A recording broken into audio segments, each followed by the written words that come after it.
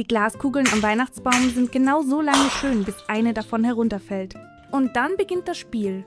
Finde alle Scherben und lande dabei nicht in der Notaufnahme. Ich glaube, diese Situation kennen viele.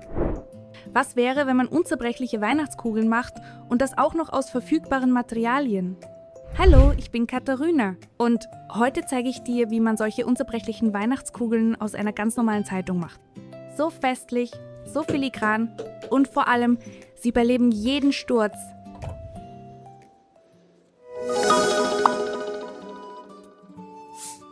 Für dieses Projekt benötigen wir das einfachste und zugänglichste Material, Zeitungsröhrchen. Wir schneiden die Zeitung zu, drehen sie zu Röhrchen, dann färben wir, befeuchten und schon ist das Material bereit für die Arbeit. Ganz ehrlich, ich verwende Röhrchenreste von meinem vorherigen Projekt. Sie sind sehr dünn und das Flechten damit ist etwas schwieriger. Aber in diesem Video zeige ich dir genau das Prinzip des Flechtens solcher Kugeln und du entscheidest dann selbst, welche Größe der Röhrchen und welche Größe der Kugeln selbst dir am besten passen.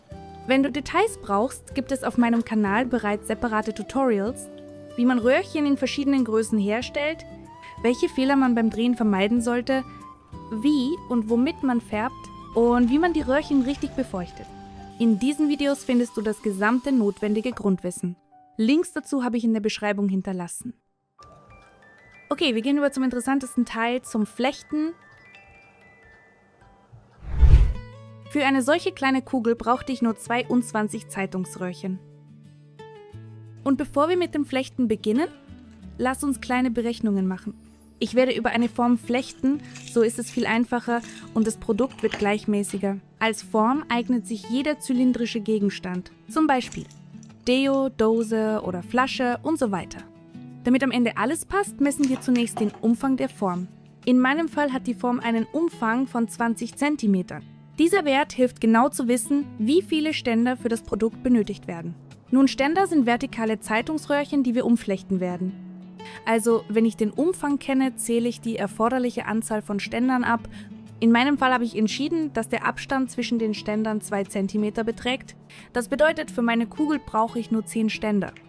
Übrigens, schau dir dieses Video unbedingt bis zum Ende an. Am Ende teile ich einen kleinen Lifehack, wie man die Anzahl der Ständer besser berechnet. Als ich die erste Kugel geflochten habe, habe ich diesen Moment nicht berücksichtigt. Und ich bekam eine Halbkugel statt einer Kugel. Also legen wir die Ständer beiseite und nehmen 2 neue Röhrchen. Das werden die Arbeitsröhrchen. Genau mit diesen werden wir die Ständer umflechten. Legen wir das erste Arbeitsröhrchen horizontal. Darauf legen wir von oben den ersten vertikalen Ständer. Beachte, der Ständer liegt in der Mitte seiner Länge. Nehmen wir das zweite Arbeitsröhrchen und legen es horizontal über den Ständer.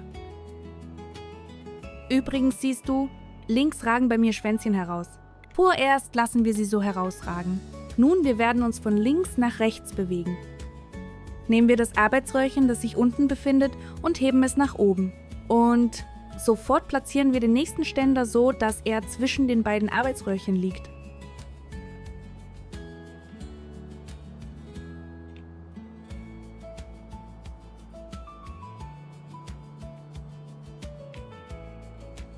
Das ist das Flechtmuster gerader Zopf mit 2 Röhrchen, das wir flechten. Das Prinzip dieses Musters. Wir flechten gleichzeitig mit 2 Arbeitsröhrchen. Ein Arbeitsröhrchen befindet sich hinter dem Ständer, das andere über dem Ständer. Und beim Umflechten jedes neuen Ständers ändern wir die Position der Arbeitsröhrchen. Das, was oben war, geht unter den nächsten Ständer und das, was unten war, kommt in den Vordergrund. Und wir fahren nach demselben Prinzip fort, indem wir die Ständer ins Geflecht einführen.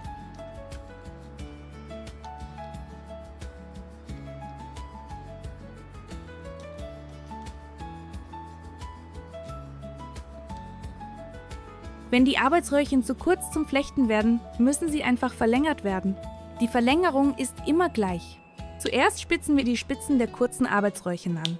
Nehmen wir neue Röhrchen und tropfen einen Tropfen Universalkleber in die breiten Spitzen.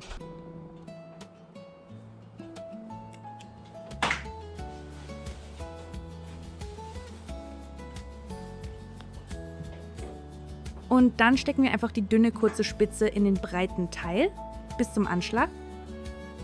Falls nötig, gibt es auf meinem Kanal ein sehr ausführliches Tutorial über den Verlängerungsprozess. Dort zeige ich alles in Großaufnahme und teile meine Lifehacks. Der Link zu diesem Tutorial ist in der Beschreibung. Nun, wir machen weiter, bis wir alle Ständer platziert haben.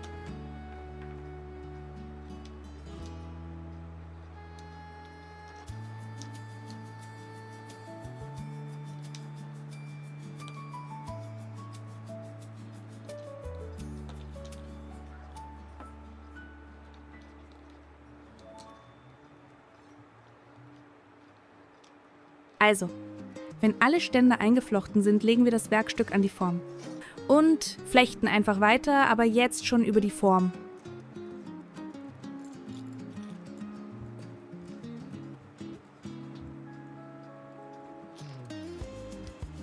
Das Muster bleibt dasselbe. Ja, aus diesem Blickwinkel und wenn alle Ständer bereits an ihrem Platz sind, mag es scheinen, dass sich die Technik ändert, aber das Prinzip ist absolut dasselbe. Schau, wir nehmen das linkeste Arbeitsröhrchen, legen es über das rechte und führen es hinter den benachbarten Ständer. Fertig? Jetzt wiederholen wir alles wieder mit dem linkesten Arbeitsröhrchen. So flechten wir weiter noch einige Reihen. Etwas später zeige ich dieses Muster in Großaufnahme, damit es maximal verständlich ist. Denn die ersten Reihen vor der Kamera zu flechten ist unbequem, es ist schwierig, alle Details zu zeigen. Während ich flechte, möchte ich dich daran erinnern, dass du mich mit einem Like, Kommentar und Kanalabonnement unterstützen kannst. Jede deiner Aktivitäten hilft meinem Kanal zu wachsen und inspiriert mich, noch mehr nützliche und ausführliche Tutorials zu machen. Danke für deine Unterstützung! Also, wir machen weiter.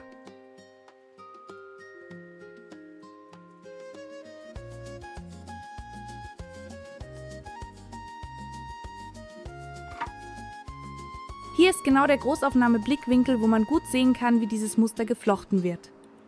Wir flechten weiter spiralförmig, ohne etwas zu ändern, noch einige Reihen. Wir müssen buchstäblich einige Zentimeter geflochtene Basis bekommen. Etwa 3 bis 5 Zentimeter werden ausreichen.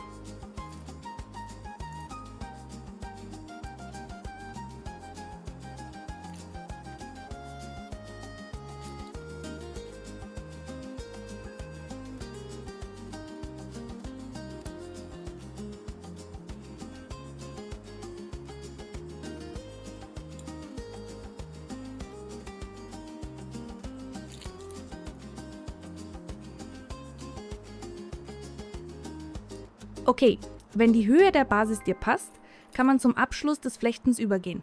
Und zunächst verstecken wir die Schwänzchen der Arbeitsröhrchen. Wir werden sie nach innen ins Geflecht verstecken, damit alles ordentlich aussieht. Schau, stell dir vor, du flechtest dieses Muster weiter, aber anstatt das Röhrchen hinter den Ständer zu führen, versteck einfach seine Spitze links vom Ständer. Zuerst verstecken wir ein Arbeitsröhrchen, dann das zweite links vom nächsten Ständer.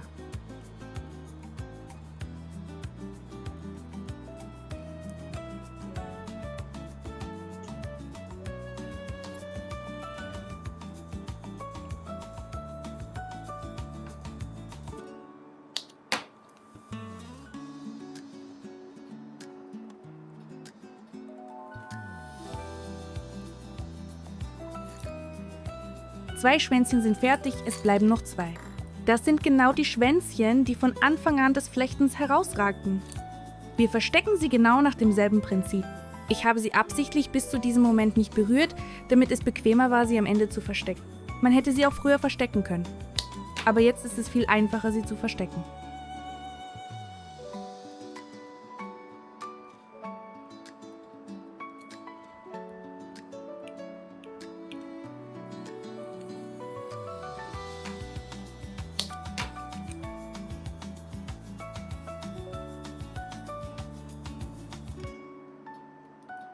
Fertig! Die Schwänzchen sind ordentlich versteckt und unsere zylindrische Basis ist vollständig fertig. Jetzt müssen wir nur noch alle herausragenden Ständer schön verstecken, nämlich einen Randabschluss machen. Holen wir unsere Form heraus, sie wird nicht mehr benötigt. Und beginnen mit dem Randabschluss. Nehmen wir irgendeinen Ständer, biegen wir ihn sanft in Form eines Bogens und führen diesen Bogen hinter andere Ständer. Hier kannst du selbst wählen, wie viele Ständer du überspringst. Du kannst diesen Bogen so platzieren, dass er genau durch die Mitte oder leicht versetzt zum Zylinder verläuft. Davon hängt ab, ob es im Inneren des Produkts eine kleine Öffnung geben wird. Nun, weiter verstecken wir die Spitze des Ständers ebenfalls links vom Ständer im Inneren des Geflechts.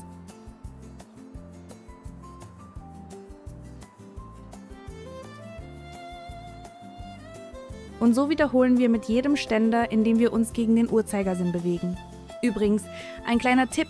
Siehst du, ich schneide vorerst nicht die überschüssige Länge der Ständer ab, sondern ziehe im Gegenteil das Schwänzchen durch das ganze Geflecht und lasse es unten herausragen. Später, wenn die ganze Kugel fertig ist, zeige ich dir einen kleinen Lifehack, wie man sie schön abschneidet.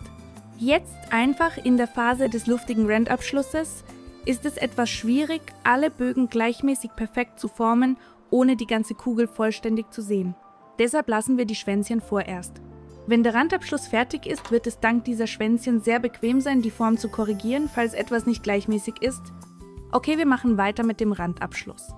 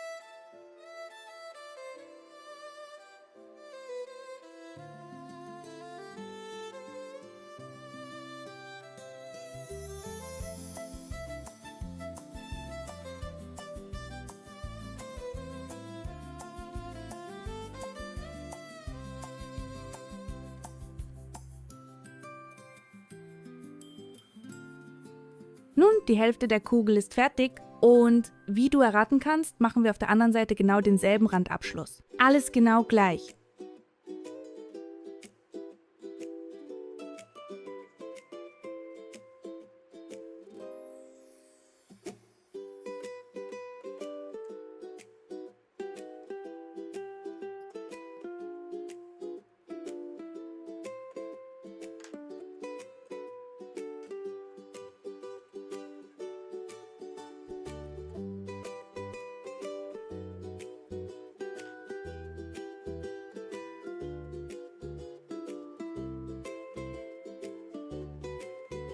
Und hier ist unsere Kugel schon fertig.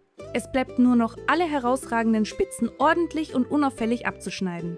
Ja, übrigens, vor dem Abschneiden dieser Schwänzchen ist es genau die richtige Zeit, den ganzen Randabschluss zu korrigieren, anzuziehen, falls nötig. Die letzten Feinschliffe, sozusagen. Also, schau, diese Schwänzchen kann man einfach an der Basis abschneiden. Das ist auch eine Option. Aber dann bleiben solche Stümpfe. Man kann sie natürlich später nachfärben. Aber ehrlich gesagt gefällt mir diese Variante überhaupt nicht.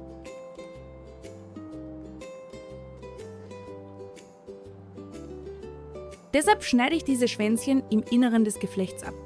Ich komme vorsichtig mit der Schere nach innen und schneide das Schwänzchen dort ab. Und alle Stümpfe bleiben innen und man sieht sie überhaupt nicht. Ein kleiner Trick und das Produkt sieht um ein Vielfaches ordentlicher aus. Übrigens, Maniküre-Scheren mit scharfer Spitze eignen sich ideal, um ins Innere des Geflechts zu gelangen. Hauptsache, beeile dich nicht und vergewissere dich unbedingt, dass du genau das Schwänzchen schneidest und nicht den Ständer. Kurz gesagt, schneiden wir alle diese Schwänzchen ab und unsere Kugel ist fertig. Wenn alle Schwänzchen abgeschnitten sind, kann man das Produkt lackieren, damit alle Verflechtungen zusammenkleben und die Kugel noch stabiler wird. Außerdem wird der Kugel nach der Lackierung leichte Feuchtigkeit überhaupt nichts ausmachen. So kann man mutig den echten Weihnachtsbaum schmücken und die Tannenzweige mit Wasser besprühen, ohne sich Sorgen zu machen, dass die Papierkugel beschädigt wird. Ehrlich gesagt habe ich einfach vergessen, den Lackierungsprozess auf Kamera aufzunehmen. Aber da ist alles sehr einfach, mit Holzlack einfach die ganze Kugel färben und vollständig trocknen lassen. Falls nötig, habe ich auch über die Lackierung ein separates Tutorial. Den Link dazu findest du ebenfalls in der Beschreibung. Nun, und wie versprochen, teile ich eine kleine Beobachtung über den Abstand zwischen den Ständern. Jetzt, wo du den ganzen Flechtprozess dieser Kugel gesehen hast, ist es leichter zu erklären. Der Abstand zwischen den Ständern spielt eine wichtige Rolle.